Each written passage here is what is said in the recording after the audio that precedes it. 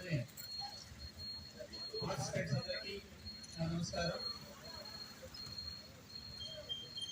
ప్రతి ఒక్కరూ ఇక్కడ 5 కిలోమీటర్స్ రన్లో ఎక్కడైనా డీవియేట్ కావాలండి. అక్కడ మేము ఒకటి పెట్టడం జరిగింది. వాళ్ళ దగ్గర టోకన్ తీసుకోవాలి. అవి మాత్రమే ఇక్కడ ఎలిజిబుల్. లాస్ట్ లో మీరు ఇలా వెళ్ళిన తర్వాత మనకి దించుకుపోయే అండర్ ప్యాసేజ్ దగ్గర మనము ఆ ముందే ఆ సర్కిల్ దగ్గర ఒకటి పెట్టడం జరిగింది. అక్కడ టోకన్స్ ఇస్తారు మీకు. ఆ టోకన్స్ తీసుకొని ఇక్కడ వచ్చిన వాళ్ళే ఎలిజిబుల్. మధ్యలో ఎక్కడ కూడా డీవియేట్ కాకూడదు.